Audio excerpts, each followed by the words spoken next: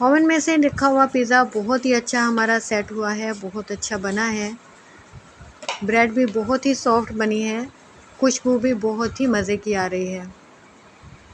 बस इसको आपने कट कर लेना है। देखिए कितनी ज़्यादा सॉफ्ट और मज़े की ब्रेड तैयार हुई है, बिना चीज़ के इतना मज़े का पिज़्ज़ा है। फिर आपने इसको सॉफ्ट पतीले और में से मज़े का बना निकालना है। है। ये नेक्स्ट वाला वीडियो में पिज़्ज़ा क्रेप की वीडियो लेकर आएंगे इंशाल्लाह।